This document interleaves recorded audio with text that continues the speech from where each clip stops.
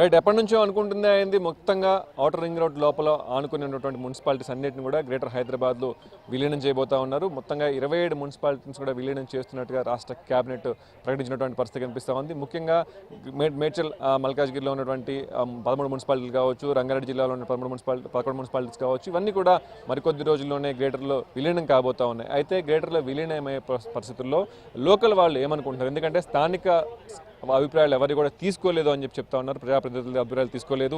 So మా అభిప్రాయాలు తీసుకోకుండా పూర్తిగా ప్రభుత్వం ఏకపక్ష నిర్ణయం తీసుకుందని చెప్పేసి చెప్తా ఉన్నారు. అలాగే ఎంఐఎం కూడా వ్యతిరేకిస్తూ ఉన్న పరిస్థితి కనిపిస్తూ ఉంది. ముఖ్యంగా స్థానికులు మాత్రం పూర్తిగా మా సమస్యలు ఏమున్నాయో పట్టించుకోకుండా రోడ్ల విషయంలో కావచ్చు, డెవలప్మెంట్ విషయంలో కావచ్చు, ఇవన్నీ కూడా పట్టించుకోకుండా ప్రభుత్వం ఒక నిర్ణయం తీసుకుందని చెప్తా ఉన్నారు. ప్రభుత్వం మాత్రం ఒక కమిటీ వేసింది.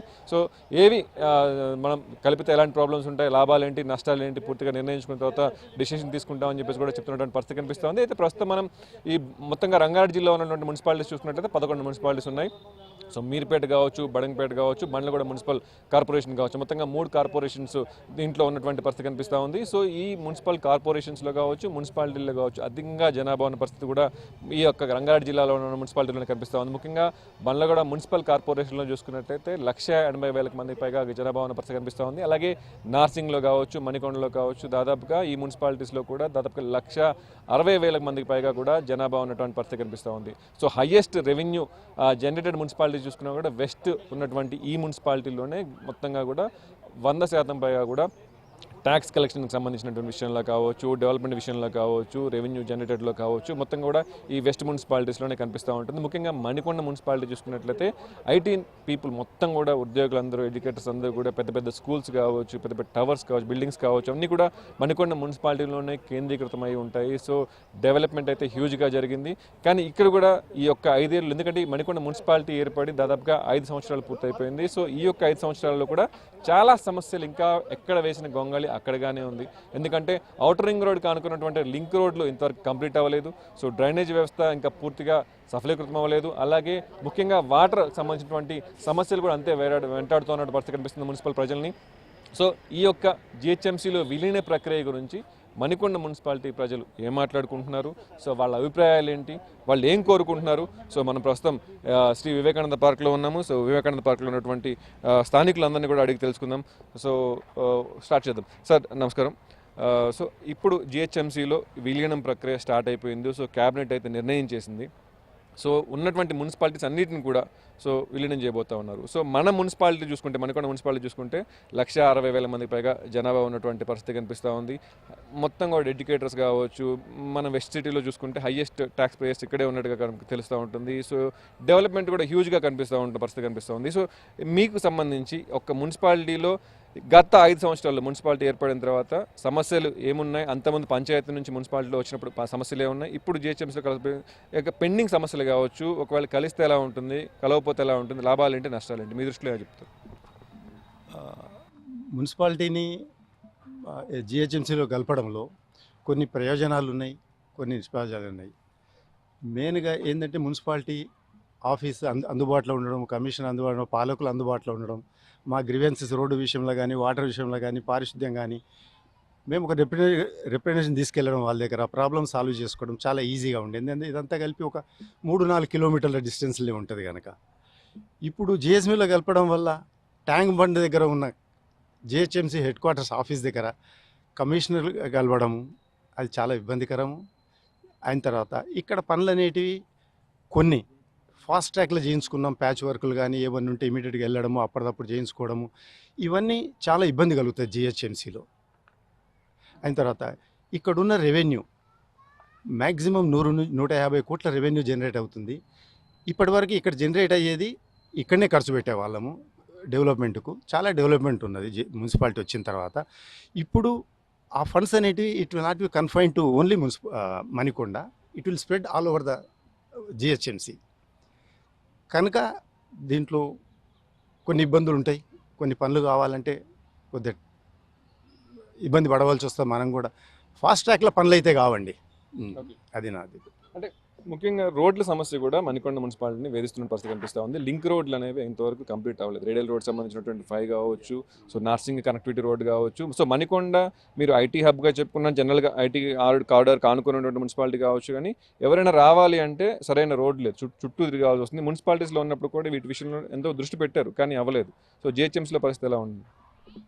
జిహెచ్ఎంసీలో అయిన పర్టికులర్ డిఫెన్స్ ల్యాండ్ ఏదైతే ఉందో ఇక్కడ 100 ఫీట్ రోడ్లో అది క్లియర్ కావడం అంత కష్టం కాదు, కానీ కష్టమైందేనండి. ఎందుకంటే as per the policy defence central government policy land to land కానీ land in compensation of amount కానీ చేయాలి. అది ఓన్లీ సెంట్రల్ గవర్నమెంట్ లెవెల్లో టేకప్ చేస్తేనే అది అవుతుంది. కాదని కాదు, కానీ కష్టమైన పని అండి అది. ఇప్పటి వరకు నేషనల్ హైవేస్కు అయిన తర్వాత రైల్వేస్కు మాత్రమే ఇస్తున్నారు ఇది డిఫెన్స్ ల్యాండ్.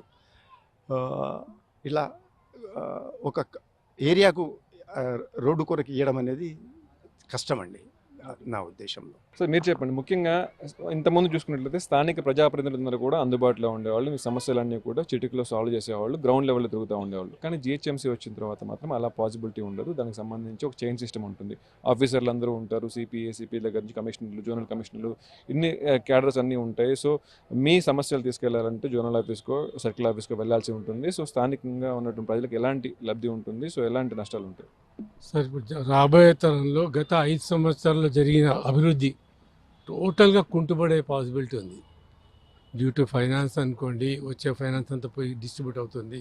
తర్వాత ఇక్కడ ప్రజాప్రతినిధులు దొరకరు, ఉన్న ఒకరు ఇద్దరు ఎంతో కార్పొరేటర్లు అవుతాయి, వాళ్ళు మనకు అందుబాటులో ఉండరు, ఆఫీసర్లు అందుబాటులో ఉండరు. ఇప్పుడిప్పుడే డెవలప్ అవుతున్న మణికొండకి మొత్తంగా స్టాప్ అయిపోతుంది. పర్టికులర్ ఇక్కడ పెద్ద సమస్య ఏంటంటే డ్రైనేజ్ సమస్య. ఆ డ్రైనేజ్ సమస్యకి ఇప్పుడు పోరాడుకుంటూ ముందు పోతున్న వాళ్ళకి ఆ పనులు జరిగాయని చెప్పి అనుమానం ఉన్న ప్రస్తుత పరిస్థితిలో అది మొత్తం టోటల్గా ఆగిపోతుంది. రేపు రాబోయే తరంలో వర్షాలు ఇట్లా బాగా పడితే ఖచ్చితంగా కొన్ని కాలనీలు మునిగిపోయే పాసిబిలిటీ ఉంది. అప్పుడు జిహెచ్ఎంసీ వాళ్ళు అసలు చూడరు, చూసి పట్టించుకునే నాదుడు దొరకడు. కాబట్టి మేమైతే ప్రజల తరఫు నుంచి ఆన్ బిహాఫ్ ఆఫ్ మా మణికొండ వరకు మాత్రం ఇది అందులో కలపడం భావ్యం కాదని చెప్పి అనుకుంటున్నాం. అంటే ఆల్రెడీ డెసిషన్ క్యాబినెట్ చెప్పేసింది, మొత్తంగా కూడా 27 మున్సిపాలిటీ కలిపేస్తాం అని చెప్పిన పరిస్థితి కనిపిస్తా ఉంది. కానీ మా బాధలు కూడా వినాలి కదా. మొత్తంగా అభిప్రాయాలు చేసేసి రుద్దుతో బాగుండదు కదా. ప్రజాభిప్రాయ సేకరణ కూడా చేయాలి కదా. ఏం చేయకుండా క్యాబినెట్ తీర్మానం చేసేసినప్పుడు ఎంతవరకు సబబు? ఇది ప్రజా పరిపాలన లేకపోతే డెమోక్రటీ అవునా కాదా? అసలు గతంలో మణికొండ పంచాయతీగా ఉన్నప్పుడు, తర్వాత మున్సిపాలిటీగా ఫార్మేషన్ అయిన తర్వాత సమస్యలు ఏ మేరకు తీరాయి సార్? మీకు గతంలో అనుకున్న దానికి మీరు సాధించారా? పంచాయతీ తర్వాత మీకు అనుకున్నవే సార్, పంచాయతీ అప్పుడు పాపులేషన్కి ఇప్పుడు కౌన్సిల్ తర్వాత వచ్చిన పాపులేషన్కి చాలా వ్యత్యాసం ఉంది. కట్టడాలు కానీ బిల్డింగ్ రావడం కానీ అన్నిట్లో 10:90% పెరిగింది. దానికి అనుగుణంగా 90% డెవలప్మెంట్ కాలే. ఈ 5 years వితిన్ 5 years అది రకరకాల కారణాలు ఉన్నవి, లేవని కాదు. కాకపోతే మినిమం ఇంకో 5 years వరకు మనకు ఛాన్స్ ఇస్తే ఉన్న బడ్జెట్ తోటి చేసుకోవడానికి చాలా పాసిబిలిటీ ఉంటుంది, ఇక్కడ డెవలప్ అయ్యే పాసిబిలిటీ ఉంటుంది. అట్లా కాకుండా ఇట్లాగా యాజ్ ఇట్ ఈస్గా మేము చేసేసినాం మీరు చూడండి అంటే మాత్రం టోటల్గా ఎట్లా ఉందో ఇప్పుడున్న మణికొండ ట్రాఫిక్ సమస్య, డ్రైనేజ్ సమస్య, అన్ని సమస్యలు అట్లాగే ఉంటాయి. ఈవెన్ ఇంత చిన్న ప్యాచ్ వర్క్ కూడా చేయలేం మనం. అటువంటి పరిస్థితి దీనావస్థలో వస్తాం. మీరు మ్యాచ్ అవ్వలేమంటారు? లేదు సార్ అసలు. సో మొత్తంగా జిహెచ్ఎంసీకి సంబంధించిన విషయంలో కావచ్చు, జోనల్ వైజ్గా విభజిస్తామని చెప్పేసి చెప్తామని పరిస్థితి కనిపిస్తుంది. ముఖ్యంగా బెంగళూరు తరహా అభివృద్ధి కోరుకుంటున్నాము, సో అలా జోనల్గా డిఫరెంట్గా చేస్తామని చెప్తున్న పరిస్థితి కనిపిస్తుంది. అంటే ఎన్ని జోన్స్ చేస్తారు, ఎంతమంది ఆఫీసులు పెడతారు, స్టాఫ్ కొరత ఇప్పటికే జిహెచ్ఎంసీని ఒక పక్క వేధిస్తూ ఉంటే పరిస్థితి కనిపిస్తూ ఉంది. సో దీనికి సంబంధించి కూడా చెప్తాం అనుకుందాం. సో ముఖ్యంగా జిహెచ్ఎంసీకి సంబంధించి ఇప్పుడు సర్కిల్స్ జోనల్ ఆఫీసులు ఉన్నాయి. సో దాని పరిధిలోనే మొత్తం జోన్స్ విడదీస్తామని చెప్తామని పరిస్థితి కనిపిస్తూ ఉంది. సో నిజంగా బెంగళూరు తరహా, ఢిల్లీ తరహా అభివృద్ధి జరిగిద్ది అనుకుంటున్నారా? అసలు ఇలా కలిపితే సో ఎలా ఉండబోతుంది? అందరికీ నమస్కారం అండి. నా పేరు కిరణ్ కుమార్. ఇప్పుడు మేము మణికొండ మున్సిపాలిటీ నుంచి మాట్లాడుతున్నామండి. మొన్న తెలంగాణ గవర్నమెంట్ క్యాబినెట్ నిర్ణయం తీసుకున్న ప్రకారంగా ఔటర్ రింగ్ రోడ్ లోపల ఉన్న మున్సిపాలిటీలు 27 మున్సిపాలిటీలు అన్నీ కూడా జిహెచ్ఎంసీలోకి మర్జ్ చేయడానికి అంగీకరించి ఒక తీర్మానం చేసింది. I welcome this decision. దీంట్లో we have both pros and cons. అయితే మీరు అడిగిన ప్రశ్నకి ఢిల్లీ 1996లో 1995లో డెవలప్ అయ్యడానికి వాళ్ళు 250 వార్డులను డెవలప్ చేసి విడగొట్టి 5 మున్సిపల్ కార్పొరేషన్స్ కింద చేసి and they develop that region and it's being one the best well established city in the country మనకున్న వాళ్ళ ప్రకారంగా. అండ్ ఇట్స్ 17,000 crores బడ్జెట్ ఉంది దానికి. సిటీస్ పెరిగే కొద్దీ ఇప్పుడు సెకండ్ అంత హైయెస్ట్ వాస్ట్ రీజియన్ ఉన్న Hyderabad city the second largest in the area. అంత ఏరియాని డెవలప్ చేయాలంటే డీసెంట్రలైజేషన్ జరగాలి. డీసెంట్రలైజేషన్ జరగాలి అంటే we need to have minimum 5 to 6 corporations, east, west, north, south, central, and depending upon the demand we need to have 5 to 6 decentralisation zonal offices ఉండాలి. And they should be answerable to that region. ఇవాళ urbanisation జరుగుతున్నప్పుడు చాలామంది ఇక్కడికి వచ్చి స్థిరపడుతున్నారు. And many of these municipalities where చాలామంది ఇక్కడికి వచ్చి సెటిలర్స్ ఉన్నారు. వాళ్ళకి they want best quality of infrastructure, they want the best quality of living standards. And Manikonda, when I talk about Manikonda, 5 years back is a municipality, is a small panchayat. అప్పుడు ఎప్పుడైతే Narsingi, Manikonda and Puppalaguda 3 కలిపి, Puppalaguda, నక్కనంపూర్ and Manikonda 3 కలిపి ఒక పంచాయతీ నుంచి మున్సిపాలిటీ చేశారో revenue generation develop అయింది, more settlers of come and more infrastructure started developing. ఇప్పుడు అలాగే కార్పొరేషన్లోకి ఎంటర్ అయిన తర్వాత we expect the same with higher standards, with better infrastructure and better services. But the centralisation should be the answerable. ఒక మనిషికి మణికొండ నుంచి Tank Bund దాకా వెళ్ళి కలవాలంటే it takes him 1 day to take a leave and go and meet. That should not happen. That officer should be available in the region and he should be answerable to the public. ఈ పొద్దున issues resolve చేయకుండా మేము అక్కడే పెడతాం, అందరూ అక్కడికి రావాలి, లేకపోతే ఇక్కడ ఉన్న ఆఫీసర్ ఎక్కడో సిటీలో నార్త్లోనో, సౌత్లోనో, ఈస్ట్లో నుండి వెస్ట్కి రావాలంటే కుదరదు. What the people of Manikonda we demand, we wanted decentralisation, we want the officers to be answerable to the public on the road. ఎప్పుడైతే when we want to be, they should be available, reachable and they should be answerable. So what we expect, but it's a good sign and I welcome the decision by Telangana government. Thank you. Sir మీరు చెప్పండి, మీ అభిప్రాయం ఏంటి? So ఏం చెప్పదలుచుకున్నారు ముఖ్యంగా? నేను ఇక్కడికి వచ్చి 10 years అవుతుంది. ఈ 10 yearsలోనే మా వార్డు కౌన్సిల్తో మంచి ర్యాపట్ ఉంది మాకు. ఇదంటే వార్డు కౌన్సిలర్ కానీ ఒక చిన్న లిమిటెడ్ ఏరియాలో ఉంటారు వాళ్ళు. ప్రతి వార్డు కౌన్సిలర్కి ఇక్కడున్న హౌస్ ఓనర్స్ అందరూ కూడా పేరున కూడా ఆయన పలకరించే ఉంది. అదే ఒక జిహెచ్ఎంసీలో కలిపితే కార్పొరేటర్ వచ్చి ఏరియాకి వచ్చేటికి ఒక వైడ్ ఏరియా అయిపోతుంది. అతను అందరినీ మీట్ అయ్యే అవకాశం అనేది ఇంపాసిబుల్. అది ఇప్పుడు మాకు ఏదైనా సమస్య ఉందంటే మా నవీన్ గారు కౌన్సిలర్ గారు ఉన్నారు, ఆయనకు ఫోన్ చేస్తాం, లేకపోతే మా శ్రీకాంత్ గారు ఉన్నారు, ఆయనకు ఫోన్ చేస్తాం, వెంటనే వాళ్ళు రెస్పాండ్ అవుతారు. లేకపోతే వాళ్ళు డైరెక్ట్గా మా ఇంటికే వచ్చి సమస్య ఏంటో కనుక్కొని, మా ఏరియాకి వచ్చి సమస్య కనుక్కొని దాన్ని సాల్వ్ చేస్తున్నారు. అదే ఈ జిహెచ్ఎంసీలో కలపడం వల్ల ఈ కార్పొరేటర్స్ అనేది అందుబాటులో రావడం అనేది, ఇంతమందిని మీట్ అవ్వడం, ఇంతమంది సమస్యలు పరిష్కరించడం అనేది ఇంపాసిబుల్ అవుతుంది. అది కాకుండా ఇక్కడున్న మా మణికొండ మున్సిపాలిటీలో మ్యాక్సిమం ఓనర్స్ అందరూ కూడా చాలా ప్రాంప్ట్ ట్యాక్స్ పే చేస్తారు. అందరూ కూడా చాలామంది ఇన్ అడ్వాన్స్ April 30th లోపలనే పే చేస్తారు. 90% ట్యాక్స్ పేమెంట్ అక్కడే అయిపోతుంది మాకు. అంతా కూడా వెల్ ఇన్కమ్ జనరేటెడ్ మున్సిపాలిటీ. ఇప్పుడు జిహెచ్ఎంసీలో కలపడం వల్ల ఏంటంటే మేము పే చేసే ట్యాక్స్లు అన్నీ కూడా డైవర్స్ అయిపోతాయి. వేరే అదర్ మున్సిపాలిటీస్, లో ఇన్కమ్ మున్సిపాలిటీస్కి డైవర్ట్ అయిపోతాయి. అది కొంచెం మా డెవలప్మెంట్కి హడ్డిల్ అవుతుందని నా ఫీలింగ్. సో మీరు చెప్పండి, ముఖ్యంగా మనం చూసుకున్నట్లయితే మణికొండ మున్సిపాలిటీకి సంబంధించి పాపులేషన్ పెరిగింది, సో కానీ ఇన్ఫ్రాస్ట్రక్చర్ అంతా పెరగలేదు. సో దానికి సంబంధించి జిహెచ్ఎంసీలకు వెళ్తే మీకు కలర్వేది అనుకుంటున్నారా? లింక్ రోడ్లకు సంబంధించి కావచ్చు, ముఖ్యంగా వాటర్ ప్రాబ్లమ్స్. గత ప్రభుత్వంలో కూడా ప్లకార్డులు పట్టుకొని మీరు అంటే మున్సిపల్ వాసులందరూ కూడా రోడ్ల మీదకి వచ్చి ధర్నాలు చేశారు. సో దానికి సంబంధించిన కొన్ని పనులు మాత్రం అయిపోయి, ఇంకా కొన్ని పనులు అవ్వలేదు, కొన్ని ఏరియాలో ఇంకా వాటర్ రావట్లేదు. కానీ గత 4 సంవత్సరాల నుంచి కూడా ప్రతి ఫ్లడ్లో కూడా మణికొండలో ఏదో ఒక కాలనీ మునిగిపోతున్నటువంటి పరిస్థితి కనిపిస్తూ ఉంది. జిహెచ్ఎంసీలో చూసుకుంటే 140 అలాంటి స్పాట్లు ఉన్నాయి. సో అక్కడ ఒక ఎస్ఎన్డిపిలో పని అవ్వాలంటే దాదాపుగా 6 నెలల నుంచి 8 నెలల కాలం పడుతుంది, ఒక్కోసారి సంవత్సరం కూడా పడుతుంది. రోడ్లన్నీ కూడా బ్లాక్ చేసే పరిస్థితి ఉంటుంది. మున్సిపాలిటీ లెవెల్లో కొంత త్వరితగతిన అవుతుంది. సో జిహెచ్ఎంసీలో కలిస్తే వీటన్నిటి పరిస్థితి ఏంటి? అంటే మాకు ఇక్కడ మున్సిపల్ ఆఫీస్ 1 kilometer దూరంలో ఉండటం మూలంగా కమిషనర్ గారు కానీ, డిఈ గారు కానీ, ఏఈ గారు కానీ మాకు ఎప్పుడు యాక్సెసిబుల్గా ఉంటున్నారండి. ఏదో ఒక టైంలో మేము వెళ్ళి కలవడానికి మా కౌన్సిలర్ ద్వారా కానీ, మా టౌన్షిప్ అసోసియేషన్స్ ద్వారా కానీ, కాకపోతే మా పార్టీకి మేము వెళ్ళి ఒక రిప్రజెంటేషన్ ఇచ్చినా, ఏది ఇచ్చినా కూడా మాకు అందుబాటులో ఉంటున్నారండి. అది జిహెచ్ఎంసీలో మెర్జ్ చేస్తే ఎవరు అందుబాటులో ఉంటారు, ఎవరు వచ్చి మా పనులు చేస్తారనేది మాకు అర్థం కాకుండా ఉందండి. ఇప్పటికే పోతే ఈ మున్సిపల్ ట్యాక్స్ ఒకటి ఎక్కువ అయిపోయే అవకాశం అవుతుందండి. జిహెచ్ఎంసీలో కలిసినందువల్ల మేము పే చేసే ట్యాక్సులు పెరిగే అవకాశం ఒకటి ఉంటుంది. మాకు అసలు ఎవరు అందుబాటులో ఉంటారనేది మాకు పెద్ద అది సమస్యగా మిగులుతుంది.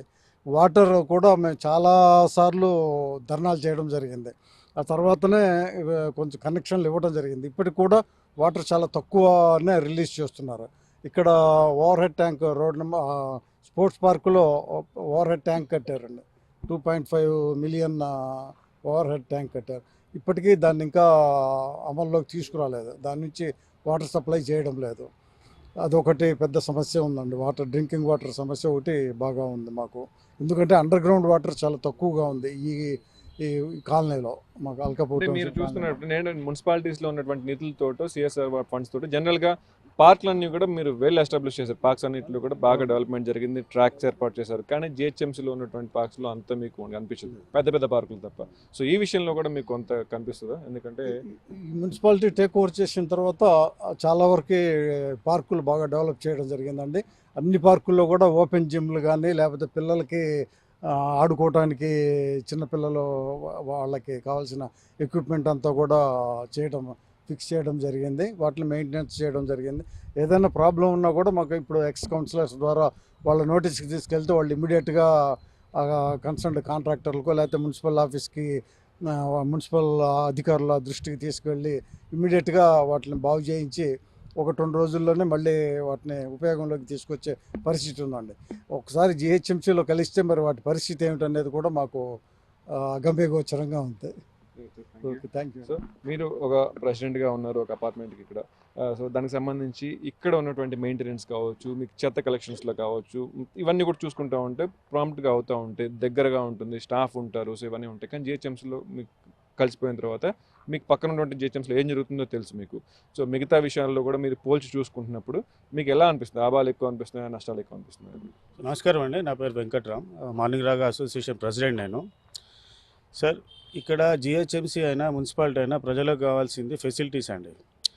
Manikonda is famous for mosquitoes sir. హైదరాబాద్లో ఎక్కడ లేనన్ని దోమలు ఇక్కడే ఉన్నాయి. గత పాలకులు చాలా కాలంగా మున్సిపాలిటీని పరిపాలించిన పాలకులు ఈ మస్కిటో సమస్యను తీసే చుట్ల పూర్తిగా విఫలమైనారు. అదే కాకుండా రోడ్స్, వాటర్ ప్రాబ్లము, ట్రాఫిక్, ఇంకా అది ఏది కూడా చేసేట్ల వాళ్ళు కంప్లీట్గా విఫలమైన చరిత్ర మణికొండకు ఉన్నది. అయితే మరి దీన్ని ఇప్పుడు జిహెచ్ఎంసీలో కలుపుతా అంటున్నారు. కలిపితే మరి ఈ ప్రాబ్లమ్స్ మీరు ఎంతవరకు సాల్వ్ చేస్తారు? మరి గవర్నమెంట్ మాకు ఏ ప్రామిస్ చేసి జిహెచ్ఎంసీలో కలుపుకుంటున్న దాని మీద క్లారిటీ లేదు. మరి మీరు జిహెచ్ఎంసీలో కలిపితే ఇవన్నీ కూడా మేము సాల్వ్ చేస్తామని మీరు అంటున్నారా? ఇది మీ బెనిఫిట్ కోసం మీరు కలుపుకుంటున్నారా, మా బెనిఫిట్ కోసం మీరు జిహెచ్ఎంసీ కలుపుతున్నారా దాని మీద క్లారిటీ లేదు. ఇప్పుడు అంటిల్ అండ్ అన్లెస్ మాకు మొన్న శ్రీధర్ బాబు గారు మంత్రి గారు వచ్చి ఇనాగ్రేషన్ చేశారు మణికొండ మున్సిపాలిటీ పెద్ద బిల్డింగ్. నేను ప్రశ్నిద్దామంటే ఛాన్స్ దొరకలేదు. అయ్యా, ఇంత పెద్ద బిల్డింగ్ కట్టుకున్నారు, ఏం లాభం? దోమలు కుట్టి రాత్రి 2 గంటలు మస్కిటో బ్యాట్లతోని జనాలు కొట్టుకోవాలి. దీనికి ఎంత ఫండ్స్ ఇన్వెస్ట్ చేసిర్రు, ఏం కార్యాచరణ చేసిర్రు, దీన్ని సాల్వ్ చేయడానికి మీరు ఏం చేయబోతున్నారు దాని మీద ఇప్పటికీ సమాధానం చెప్పిన నాదుడే లేడు. మరి జిహెచ్ఎంసీలో దీన్ని కలిపితే దీనికి తప్పకుండా మీరు చేశారని ప్రామిస్ చేయగలుగుతారా అని నేను యంత్రాంగాన్ని, మంత్రులను అందరినీ కూడా ప్రశ్నిస్తున్నా. ఎక్కడ వేసిన గొంగడు అక్కడే. జిఎంసీల మటుకు పేరుకు మటుకు మాకు ట్యాక్సెస్ పెరగడాలు ఇవన్నీ ఉంటే మటుకు ఏ ప్రయోజనం లేదండి. లేదు, మేము సాల్వ్ చేస్తాం సార్, మేము ముందరకు వచ్చి మీ ప్రాబ్లమ్స్ అన్నీ మేము హ్యాండిల్ చేస్తామని కమిట్మెంట్ ఇస్తే ఇది మంచి డెసిషనే సార్. లైక్ సార్ మిత్రులు చెప్పినట్టు ఢిల్లీలో కానీ అక్కడ కానీ దీన్ని కేంద్రీకరించి మొత్తం జిహెచ్ఎంసీగా జోనల్గా డివైడ్ చేసి హైదరాబాద్తో సరిగ్గా మనం పరిగెత్తచ్చు. లేదంటే మిగిలిన మిత్రులు అన్నట్టుగా మనకు కంట్రోల్ లేకుండా ఇప్పుడు కమిషనర్ ఎక్కడో కూర్చుంటాడు, మేయరు అపాయింట్మెంట్ ఇయ్యరు, మనకంతా కంట్రోల్ పోతుంది అంటే అది మటుకు వేస్ట్ సార్. ఇది నా అభిప్రాయం. తప్పకుండా mosquitoes is the main problem sir. అదే కాకుండా పార్కుల పరిరక్షణ చేసేట్లా విఫలమైనరు. ట్రాఫిక్ యాక్సిడెంట్లు అయి మహిమలు చనిపోయారండి. ఇక్కడ ఇష్టం వచ్చాడుగా బిల్డింగ్లకు పర్మిషన్లు ఇచ్చారు. ఎంత ట్రాఫిక్ ఉన్నదంటే చిన్న దగ్గర కూడా సిగ్నల్స్ పెట్టాల్సిన పరిస్థితి. ఇవన్నీ కూడా చేసుట్లా మరి మున్సిపాలిటీ పూర్తిగా విఫలమైంది. గత పాలకులు 5 ఏళ్ల నుంచి 10 ఏళ్ల నుంచి పరిపాలించిన పాలకులు. మరి జిహెచ్ఎంసీ చేస్తుంది అది తెలియదు. మళ్ళీ మరి మేమైతే జిహెచ్ఎంసీ చేస్తుందని ఆశిస్తున్నాం. ఒకవేళ గవర్నమెంట్ డెసిషన్ తీసుకుంటే తప్పకుండా ఇవన్నీ కూడా అడ్రస్ చేయాలని మేము కోరుకుంటున్నాం సార్. సార్, మీరు చెప్పండి, అంటే కౌన్సిలర్గా ఉన్నారు, కౌన్సిలర్గా పోటీ చేశారు. సో ఈసారి ఆ ఛాన్స్ మీకు లేకుండా పోయింది. సో ఒక రకంగా చెప్పాలంటే ఒక్కొక్క పార్టీ నుంచి, ప్రధాన పార్టీల దగ్గర నుంచి చూసుకుంటే మినిమం కౌన్సిలర్కి 2-3 ఉండేవాళ్ళు. సో 60 మంది 70 మంది ప్రజాప్రతినిధులు ఎప్పుడు కూడా లోకల్లో ప్రజలకు అందుబాటులో ఉండి వాళ్ళ సమస్యలు ఏంటి, వాళ్ళ ప్రధాన ఏమున్నాయని చెప్పేసి కనుక్కొని వాటిని అడ్రస్ చేస్తూ వాటిని సాల్వ్ చేయడానికి ప్రయత్నించేవాళ్ళు. కానీ రాబోయే రోజులు అలా ఉండదు. సో మీరు చాలామంది రాజకీయ నిరుద్యోగులు అయిపోతూ ఉన్నారు, కమిషనర్లు కావచ్చు, అంటే ముఖ్యంగా కమిషనర్లు కాదు, చైర్మన్లు కావచ్చు, వైస్ చైర్మన్లు కావచ్చు, కౌన్సిలర్లు కావచ్చు. సో వీళ్ళందరినీ అడ్రస్ చేస్తూ అసలు మీరు ఏమి ఎక్స్పెక్ట్ చేస్తున్నారు? అంటే రాజకీయంగా ఎలా ఉండబోతుంది మణికొండ ముఖ చిత్రం? క్యాబినెట్ మణికొండ మున్సిపాలిటీని కలపడానికి నిర్ణయం తీసుకుంది అని చెప్పేసి జిహెచ్ఎంసీలో కలపడానికి నిర్ణయం తీసుకుందనే విషయం తెలిసి నేను యాక్చువల్గా బాధపడ్డా. ఎందుకంటే మణికొండ మున్సిపాలిటీ అనేది చాలా ప్రత్యేకమైన ప్రాంతం. ఇక్కడ మణికొండ మున్సిపాలిటీలో నివసించే ప్రజలు ఒక మణికొండ వాళ్ళు కాదు, తెలంగాణలోని అన్ని జిల్లాల అన్ని గ్రామాల అండ్ ఆంధ్ర నుంచి కూడా వస్తారు, వివిధ రాష్ట్రంలో దేశంలో కూడా వివిధ రాష్ట్రాల నుంచి వస్తారు. ఇక్కడ ముఖ్యంగా మీడియా వారు 1,60,000 జనాభా అని చెప్తున్నారు. కాదు, నాకు తెలిసి 3 లక్షల జనాభా ఉంటారు. 3 లక్షల జనాభాకి 20 మంది కౌన్సిలర్లు ఉన్నప్పుడు కూడా ఇక్కడ ఓట్లు తక్కువగా ఉండొచ్చు. ప్రస్తుతం 80,000 ఉన్నాయి, ఒకప్పుడు 56,000 ఉండేవి మణికొండ మున్సిపాలిటీలో.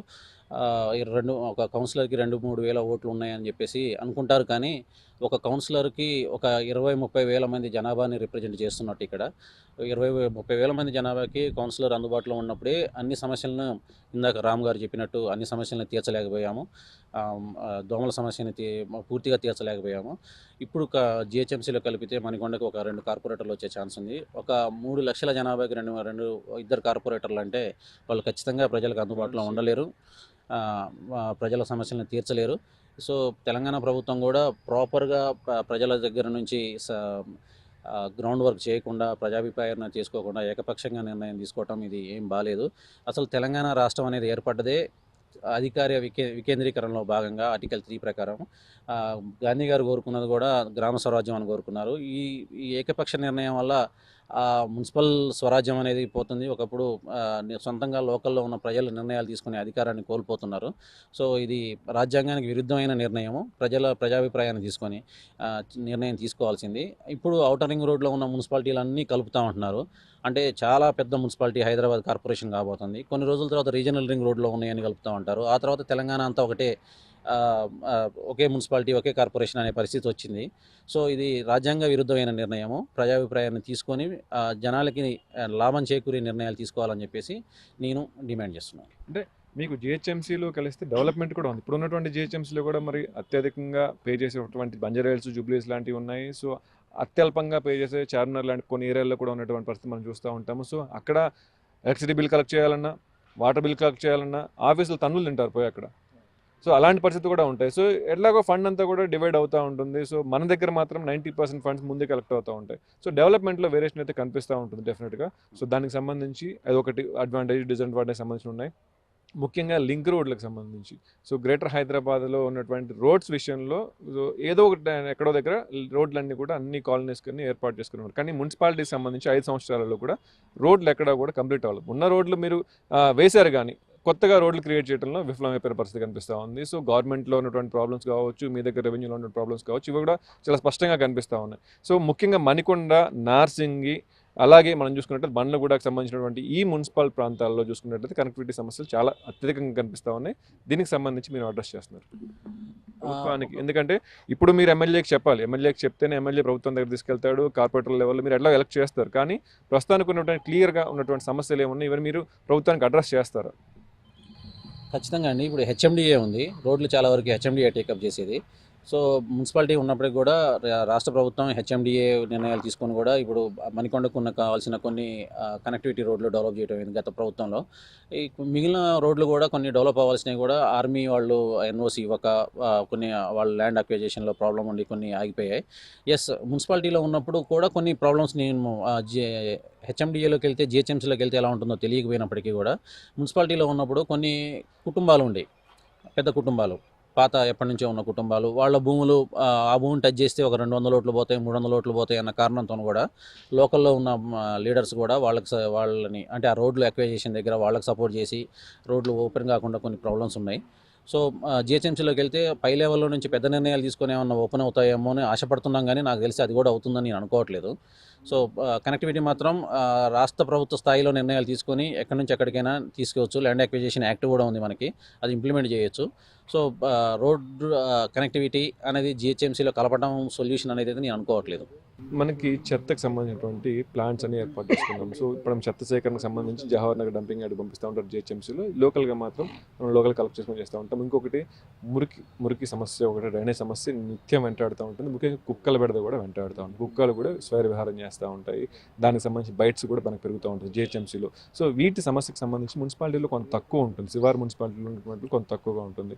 సో వీటికి సంబంధించి అడ్రస్ చేయబోతున్నారు సిటిజన్స్గా, మీరు ఏం చెప్తున్నారు ప్రజాప్రతినిధులకి? గతంలో ఏమైనా జరిగాయి ఇలాంటివి? ఇప్పుడు కుక్కల బెడద అనేది చాలా ఎక్కువగా ఉన్నది ఏరియాలో. ఈ మధ్యలో సుప్రీంకోర్టు గైడ్లైన్స్ కూడా ఇచ్చారు. ఆ గైడ్లైన్స్ ఫాలో కావాలి మున్సిపాలిటీ స్ట్రిక్ట్గా. ఇప్పటి వరకు ఫాలో అవుతున్నట్లుగా కనిపించడం లేదు. ఇక చెత్త విషయానికి వస్తే, ఈ చెత్త అనేది ప్రాపర్గా ఫ్రీక్వెంట్ ఇంటర్వెల్స్ అంటే షెడ్యూల్ ప్రకారం ఏం కలెక్ట్ చేయడం లేదు. ఇక్కడ 2 రోజులు 3 రోజులు కలెక్ట్ చేస్తున్నారు. అది డైలీ కలెక్ట్ చేస్తే చాలా బాగుంటుంది. ఇది ప్రస్తుతానికి ముఖ్యంగా శివారు మున్సిపాలిటీలో ఏవైతే ఉన్నాయో దాదాపు 27 మున్సిపాలిటీస్, వీటన్నిటిని కూడా పూర్తిగా గ్రేటర్ హైదరాబాద్ మున్సిపల్ కార్పొరేషన్లో విలీనం చేస్తామని చెప్పేసి ప్రకటించిన తర్వాత అయితే అందరూ కూడా అటు నష్టాలు ఉన్నాయి, లాభాలు ఉన్నాయని కూడా చెప్తామని పరిస్థితి కనిపిస్తూ ఉంది. ముఖ్యంగా లాభాల కంటే నష్టాలే ఎక్కువ ఉన్నాయని చెప్పేసి స్థానికులు చెప్తామని పరిస్థితి కనిపిస్తుంది. ఎందుకంటే మున్సిపాలిటీస్గా ఉన్నప్పుడు చాలామందికి ప్రజాప్రతినిధులు ఉంటారు, కమిషనర్ ఉంటాడు. సో ఇక్కడ మాకు డైరెక్ట్గా వాళ్ళని కలిసేసి మా సమస్యలు ఏదైతే ఉన్నాయో, సో చిన్న సమస్య దగ్గర నుంచి పెద్ద సమస్య వరకు వెంటనే రోజుల్లోనే వాటి పరిష్కారం చూపించుకునే దిశగా కృషి చేసేవాళ్ళం. కానీ ఇప్పుడు జిహెచ్ఎంసీలో కలిస్తే ఏ జోన్లలో కలుపుతారో, ఎన్ని జోన్లుగా విభజిస్తారో, సర్కిల్ ఆఫీస్ ఎక్కడ ఉంటుందో వాటి చుట్టూ కాళ్ళు అరేలుగా తిరగాల్సిన పరిస్థితి ఉంటుంది. ఒక డే మొత్తం పోతుంది అని చెప్పేసి చెప్తాను పరిస్థితి కనిపిస్తూ ఉంది. సో ఇప్పుడు మున్సిపల్ ఆఫీసులు కావచ్చు, ఇవన్నీ కూడా మాకు దాదాపుగా 1 కిలోమీటర్ దూరంలోనే ఉంటాయి. ఇంటి నుంచి వెళ్ళేటప్పుడు లేకపోతే ఇంటికి వచ్చేటప్పుడు ప్రాబ్లమ్స్ అన్నీ కూడా సాల్వ్ చేసుకొని ఇంటికి వస్తూ ఉన్న ధీమాతో ఉన్నారు. కానీ ప్రస్తుతం జిహెచ్ఎంసీలో కలిసిన తర్వాత ఒకవేళ పెరుగుతుందేమో, అభివృద్ధి బాగా జరుగుతుందేమో, కానీ మాకు అంతగా బ్యాలెన్స్ అవ్వలేదు. ఎందుకంటే ఏర్పడి 5 ఇయర్స్ మాత్రమే అవుతా ఉంది. మిగతా జిహెచ్ఎంసీతో కలిసేంత ఆర్థికంగా కావచ్చు, ఇన్ఫ్రాస్ట్రక్చర్లో కావచ్చు, మొత్తంగా మాది ఇంకా డెవలప్ అవ్వలేదు. సో డెవలప్ అయిన తర్వాత ఇంకొక 5 సంవత్సరాల టర్మ్ ఇచ్చిన తర్వాత ఈ మున్సిపాలిటీస్ అన్నింటినీ కలిపితే బాగుంటుందని చెప్పేసి మార్సింగ్ మున్సిపాలిటీ ప్రజలు కావచ్చు, మణికొండ మున్సిపాలిటీ ప్రజలు కావచ్చు కోరుతున్నారు. సో దాంతోపాటుగా ఒకవేళ కలిపినందుకు కూడా స్వాగతిస్తాం. కానీ ఎక్కడ జోనల్ ఆఫీస్ ఏర్పాటు చేస్తారు? ఇక్కడ దగ్గర నుంచి ఎక్కడో పెద్దంబరపేటలోనో, బడంగపేటలోనో, బండ్లగూడలోనో ఇస్తే ఇక్కడ వాళ్ళందరూ కూడా వెళ్ళాలని కష్టంగా ఉంటుంది. కాబట్టి పూర్తిగా జోనల్ వ్యవస్థ ఏర్పాటు చేసినప్పటికీ కూడా స్థానికంగా ఆఫీసులు ఏర్పాటు చేయాలి. సో స్థానిక ప్రజాప్రతినిధులు అందుబాటులో ఎట్లయితే ఉండేవాళ్ళు ఆఫీసులు కూడా ఈసారి అలా ఉండాలి. ఇప్పటికే చాలామంది ఆ స్టాఫ్ కొరత జిహెచ్ఎంసీని వేధిస్తూ ఉంది కాబట్టి సో స్టాఫ్ను కూడా రిక్రూట్ చేయాలి. ఎందుకంటే ఒక్కొక్క ఆఫీసరు 2-3 చోట్ల ఇన్ఛార్జ్లుగా చేస్తూ ఉంటారు. సో ఒక్కరోజు వచ్చిన ఆఫీసరు మళ్ళీ ఇంకా వారం రోజుల దాకా అదే ఆఫీస్కి వచ్చే పరిస్థితి ఉండదు. సో ఈ స్టాఫ్ కొరత కూడా వేధిస్తుంది కాబట్టి కొత్తగా స్టాఫ్ని రిక్రూట్ చేసేసి ప్రజలకు నిత్యం అందుబాటులో ఉండే విధంగా మొత్తంగా చూసుకున్నట్లయితే ఈ నిర్ణయాన్ని స్వాగతిస్తామని కూడా చెప్తా ఉన్నారు. మొత్తం మీద అయితే లాభ నష్టాలు ఎలా ఉన్నా కూడా ప్రజాభిప్రాయ సేకరణ తీసుకోవాలి అని చెప్పేసి కూడా వాళ్ళందరూ కోరుతూ ఉన్న పరిస్థితి కనిపిస్తూ ఉంది. O2 studio.